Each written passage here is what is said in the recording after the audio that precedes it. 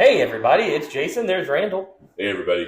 So we took a couple weeks off, just kind of got Thanksgiving and we got holidays coming up, and we've just been busy. So we are back, and our topic tonight for fifth edition podcast, or fifth generation podcast, fifth edition, is like the player mindset in World of Darkness games in general, Vampire specifically. And I think this came up because I think we were talking about how people like make vampire characters, and then they make decisions that they wouldn't make as a human in situations where you're like, why don't you just leave? Like, no, I'm a vampire. I'm gonna go and I'm gonna fight it out. Or, oh, you're a vampire. Here's your Camarilla pin, and here's your Desert Eagle. Go and fire it up. It's just crazy. Like, people just like forget the role play aspect. Yeah, because I think because that some of the powers that come from being like a vampire can perhaps feel like super hero-ish. Right. You know, it's like if you got fortitude, it's like, I'm not invulnerable. You know, it's like if you got potence, I have superhuman strength, or I'm super fast. And so I get it. Right. But it's, but at the same time though, the key here is that you're immortal. You don't have to go get that guy right now. All of time is on your side, as long as you don't screw around. That's right. Or you'll find out. Right. Yeah, because you will find out if you keep on going with that. That's right. So, there is a lot of wisdom when you're a vampire. Just be like, 90% of the problems you encounter, you can just outwait. Right. It's like, that's just going to go away. And the ones that don't, takes patience, strategy, and calculation. And it's the ones that don't that you make stories out of. Games out of. Right. Because the problems that are going to go away on their own aren't interesting enough to make stories out of. Yeah. But like players just like, they only see like, they just get tunnel vision sometimes. And they're just like, go, we're going to attack. Oh, sorry, Saturday players, but that's what you guys do sometimes. Attack. Like, we're just going to go in, we're just guns blazing. And I'm guilty of it too sometimes, because I bring situations in where it seems like that's the option. But, like last week or 2 weeks ago, one of our players followed a biker group to a hotel, and then she realized it was a somber hotel. And instead of like going in, she was like, nope, goodbye. And we were like, yes! Yeah. The correct decision. Yeah. Well, I have to admit that sometimes it's, as a storyteller myself, that like sometimes I go like, I see things like sometimes from the opposite direction, where it's a lot of times like we'll create scenarios where it's like it is intended for you to back away. Mm-hmm. But a lot of other tabletop RPGs are about direct confrontation. Oh, yeah. Like, yeah, you can back away, but... Yeah, and so it's like, the thing that I think that's like important to remember is like, no matter, yes, you are the main characters in this story. If you're doing a vampire campaign and you're playing a vampire, you are the main character. That does not mean you are the hero. Right. And vampire, especially in the 90s, when Randall and I were playing the most, it was it almost always turned into like vampire superheroes. Yeah. At least for me, and a lot of the games I ended up playing, it was like, oh, I can just, like you said, I got fortitude, I can take it. It's like, why would you though? Yes. Like, there's no point. And in like Werewolf, so like the dynamic of our Saturday group in Werewolf worked great. Like, it was so, because everybody was like, yeah, we're just going to go in there and tear these things up. It's like, yes, that's what you're supposed to do in Werewolf. In Vampire, there's just more subtlety. And each splat in the World of Darkness is a little different. I mean, you're not going to do that really in Mage. Certainly not going to be a jump into the fire with a Wraith.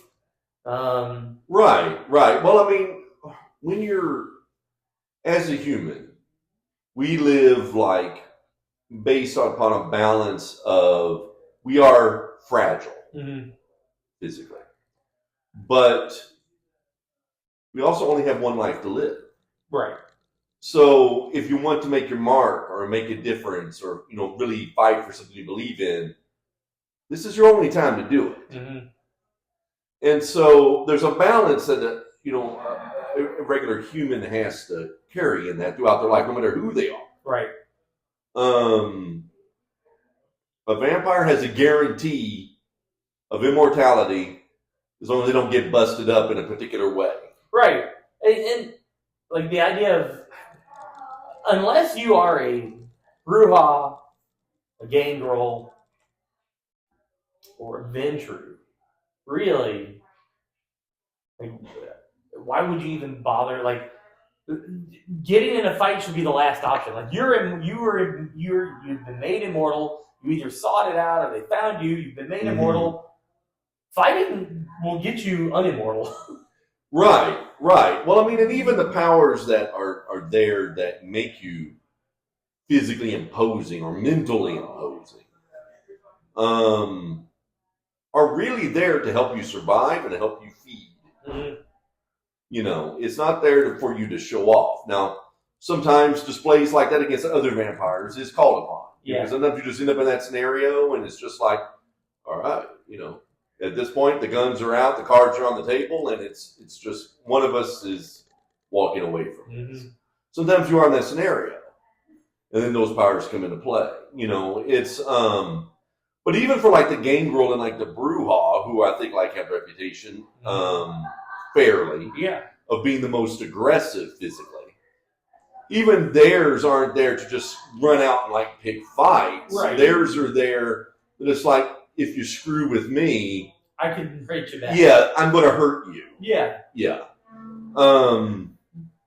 So theirs is just a more hyper reflection upon don't screw with me. Right. As opposed to me just going out and throwing it out there on my own. I think as players, myself included, we see movies like Blade or Morbius or whatever. Pick your vampire movie or show, and we get that in the mindset as this is vampire. And a lot of times, like World of Darkness wise, it's not really it. Like they're not. Yeah. It's they're not running around the streets fighting and stuff. It's much more. Backroom politics. Yeah, like all of the Deacon's boys, like running around, like just trying to directly engage Blade. It's like, no, I'm just gonna go hide out. I'm gonna go. Yeah. You go search around for books, bro. It's like I'm just gonna be hanging out over here. You'll die eventually. Yeah, whatever, man. Daywalker, just do your thing. It makes vampires sound so wimpy, but like, well, you play into your strength if you're immortal. Oh yeah. Well, I mean, yeah. No, I mean it's a completely different thing, because it's just like, just wait that out, It'll go away. It'll fix itself. It's just like we got crazy half vampire guy running around with like silver katanas and stuff. It's just like I'm just stepping away from that. Like why do I want him to even mess around with that?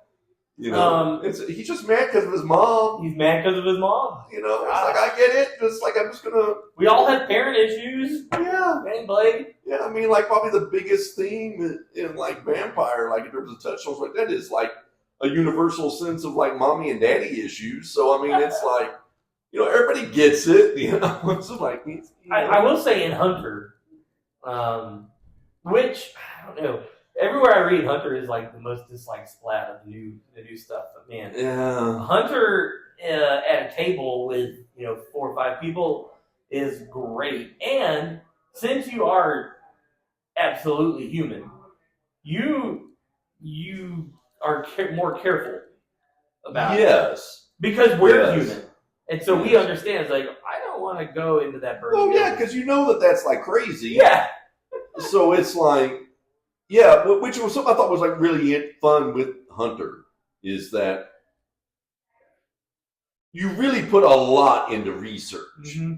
It's like, what all can we find out? It's like, I just got like and you get in like some incredible world and you're like, that's a lot of info.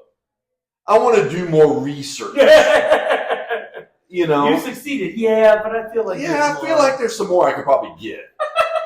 You know, so it's like you want to know all the steps ahead of time on that one, and it's one of the great things about it. And I mean, you know, just risking the listener hate and everything like that. Just like most of other people that were like the World of Darkness, in terms of like wanting what the second splat would be, Hunter was not it. Yeah. But when it was released and I read the book, it's the best Hunter version there has been. I love it. It's an excellent Hunter version, so don't hate it just because it got in there before Werewolf and Mage. Yeah. It is a great system. The desperation dice, the danger dice. Yeah, it has so many just cool factors. I love the way they did it, and the balance was like, you know, because like in previous editions, there was some version they were almost going like superhero, in which case it was like, you're not a hunter, you're another supernatural creature. Yeah. That was lame. Yeah. Or just being completely human. There's this nice mix where it's like there's some slight awakening. Mm-hmm. But other than that, it's mostly about your skills and being good at what you do. Yeah. And Hunter is probably what I would think would be the closest to kind of like a niche, like D&D-esque, like, okay, we've got our tank, we've got our this, we've got our that. Yeah, yeah. And you could get very episodic with Hunter. Oh, yeah. You know? Oh, absolutely. So it's like, and that's a fun way to do it, honestly. Yeah. So it's, it's a great splat. Give it a shot. Hey, again, like I say, I'm with the rest of you. If I had my druthers when all this started out, I would have wanted it to be Vampire, Werewolf, and Mage. Mm-hmm. But it wasn't. And it's a great splat. Yeah, it's a good splat. Yeah. And, you know, if they do Mage, then great. Just the, if you're playing a vampire, specifically, then by all means, play your character. Our player, Tony, that's his character's name, not his real name, is playing this beat him up, I'm going to break you in half Nosferatu. Great. Yeah. But he knows he wants to go into the conflict and just beat the crap out of things. Yeah. Awesome. Yeah. We also have a Ventrue, who is all about the politics. We got a Tzimisce masquerading as a Toreador. We've got a Malkavian. And we've got a Thin Blood. So we've got all manner of stuff. It's pretty diverse. Yeah, it's a good diverse group. But like, our Nosferatu is you're straight up, I'm going to just beat the crap out of you. Yeah, he's a bruiser. Yeah, which is great. Which is totally fun. You want to play that way, that's fine. But when you're making a character, have what you want your character to be in mind so that you're not just getting in a situation and reacting as, oh, well, I have to attack it. Right. You know, because our Ventrue is not going to be like, oh, yeah, I'm going to go in there and attack this thing. Like, no. Yeah. Tonight's game, people are like, maybe we should go. And the Ventrue's like, yeah, I think that's a good idea. Let's do that. Oh, yeah. No, my Ventrue is not trying to be a hero. Yeah. Yeah. Now, he'll survive probably if the fit hits the Shan. Right. But... yeah, but not looking to be in that scenario. You don't want to be in that. No, it's... yeah, well, I mean, I think that's it. It's a...